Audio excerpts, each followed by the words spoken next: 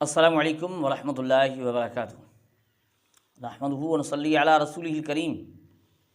ناظرین کرام، غیر مقلدین کے مناظر عمر صدیق کی ویڈیو جو انہوں نے اپنے چینل پر اپلوڈ کی ہے، جس میں وہ جماعت المسلمین کے متعلق گفتگو کر رہے ہیں۔ جماعت المسلمین کے متعلق، اب جماعت المسلمین کون ہیں؟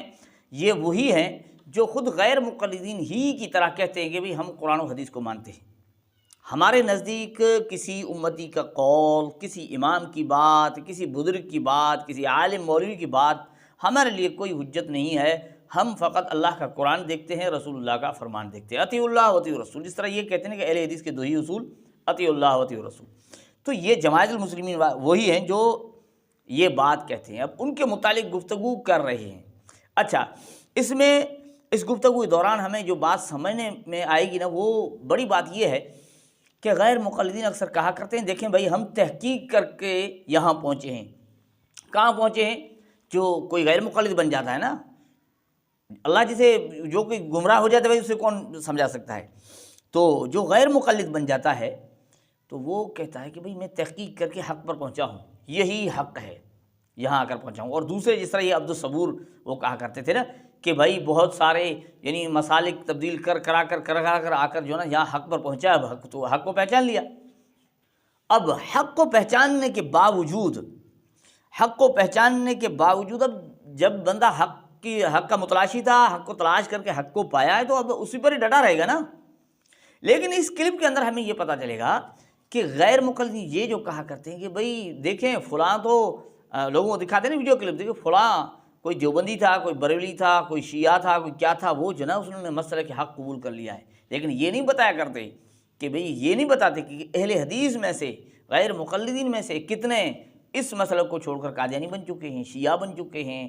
یعنی یہ حق پہچاننے کے باوجود، ان کے نزدیک ان کے بقول یہ حق ہے نا، پہچاننے کے باوجود آگے بڑھ کر جب وہاں پہنچتے ہیں تو کہتے ہیں حق تو یہ ہے، ہم نے یہاں آ کر حق کو پایا ہے، یہی حق ہے۔ تو اس طرح کی یہاں بات سمجھ میں آئے گی جو عمر صدیق گفتگو کر رہے ہیں جماعت المسلمین کے متعلق۔ آپ سن لیجئے کیا کہتے ہیں عمر صدیق۔ بڑا اہم سوال ہے کہ جماعت المسلمین کے لوگ تو بڑے نیکوکار اور بظاہر سنت کے بڑے پابند ہیں، اور ہم میں سے کئی لوگ جو ہیں وہ ان کے اندر چلے گئے۔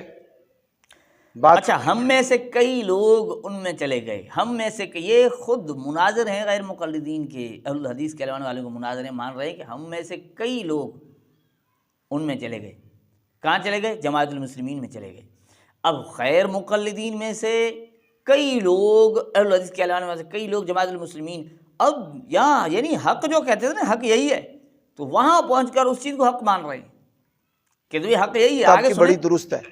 میں معاشرتی ایک مثال دے کر آپ کو بات سمجھاتا ہوں کہ ایک آدمی جو ہے وہ صوم و صلات کا بڑا پابند ہے، بڑا نیکوکار ہے، بڑا جہادی ہے، بڑا دعوتی ہے، بڑا تبلیغی ہے، بڑا عملی ہے، لیکن گرنیڈ اس نے پہنے ہوئے ہیں۔ آپ ذرا اس سے بچ کے رہیں گے بھائی، کوئی پتہ نہیں بم پائے سے کدھر پھاٹی نہ جان، گھر میں اس کو داخل نہیں ہونے دیں گے، باوجود کہ ساری خوبیاں اس کے اندر ہے، لیکن اس نے گرنیڈ پہنے ہوئے ہیں اور گرنیڈ سے خطرہ ہے اس کی جان کو اور آپ کی جان کو بھی۔ اچھا ناظرین کرام، یہاں یہ جو کہہ رہے ہیں کہ ایسا بندہ جس نے گرنیڈ پہنے ہوئے ہیں، بم باندھے ہوئے ہیں نا، آپ اسے نہیں چھوڑیں گے۔ اچھا، کبھی ایسا بھی وقت تھا نا، ایسا بھی وقت گزرا، یہ کہا کرتے تھے کہ ایسا بھائی جو قرآن و حدیث پر آئے، جو قرآن و حدیث پیش کرے، جو قرآن و حدیث ماننے والا ہو۔ ہم یہ نہیں کہتے کہ، مجھے بھی یاد ہے نا کسی نے مجھے بھی یوں کہا تھا کہ بھائی ہم تھوڑی کہتے ہیں کہ آپ اہل حدیث ہو جائیں، آپ قرآن و حدیث کو ماننے والے بن جائیں۔ تو جماعت المسلمین والے تو یہی کہتے ہیں نا، جماعت المسلمین والے، کہ ہم قرآن و حدیث کو ماننے والے ہیں، قرآن و حدیث کو فالو کرتے ہیں۔ لیکن آج ان کو وہ کہتے ہیں انہوں گرنیڈ پہنے ہوئے ہیں، بم یعنی گردن میں لٹکائے ہوئے ہیں، ان سے دور رہیے گا۔ سنیں، جماعت المسلمین کے اندر ایک ایسی چیز ہے جو گرنیڈ سے بھی زیادہ خطرناک ہے، وہ تکفیر ہے، کہ وہ اپنے سوا لوگوں کو مسلمان نہیں سمجھتے۔ اچھا، اپنے سوال، اب دیکھیں بات کہاں تک پہنچی ہے کہ وہی بندہ جو کہتا تھا کہ اہل الحدیث کے مسلک پر رہ کرنا، غیر مقلد جب تھا تو کہتا تھا کہ یہی حق ہے، اس کے علاوہ کوئی نہیں۔ جب جماعت المسلمین میں پہنچا تو اسی کو ہی حق سمجھا اور سب کو کافر قرار دے دیا۔ حق تو یہی ہے اور سارے کافر ہیں۔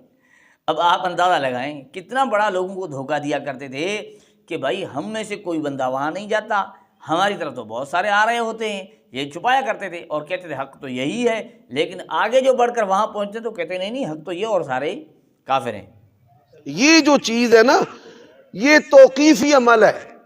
کافر جو کہنا کا اختیار ہے وہ صرف اللہ تعالیٰ کے پاس ہے. کوئی مسلمان دوسرے مسلمان کو کافر نہیں کہہ سکتا. یہ باتیں میں نے یہاں پر بیان کی ہیں. پوری دنیا کے لوگ میرے خلاف، ایک جنگ شروع ہو گئی، اور پھر میں نے اللہ تعالیٰ کی توفیق سے ان کو دلائل کے ساتھ یہ بات سمجھائی ہے کہ رسول اللہ صلی اللہ علیہ وسلم کے دور میں آپ نے کسی مسلمان کو کافر نہیں کہا، کسی مسلمان کو کافر قرار نہیں دیا. یہ عمر صدیق صاحب کہہ رہے ہیں. ابھی ان کا جو اختلاف چلا تھا نا عمر صدیق اور توصیف الرحمان کا، درمیانے میں وہ صدیق رضا آ گئے، انہوں نے خاموش کرا. یہ بات تو زیادہ بڑھ رہی تھی، بہت ہی اختلاف چھڑ گیا تھا. آخرکار انہوں نے توصیف الرحمان کو خارجیوں کا سردار بھی کہہ دیا تھا. اب یہ کہہ رہے ہیں کہ پوری دنیا میرے خلاف. پوری دنیا یہ ہے کہ خود ان کے غیر مقلدین کے خلاف. اب اس وقت بھی اس ویڈیو کے آپ دیکھیں گے نا، یہ جو اس کی ویڈیو ہے، اس کی کامنٹس میں دیکھیں گے انہوں نے لکھا ہوا ہے، غیر مقلدین نے اس کے خلاف لکھا ہوا ہے.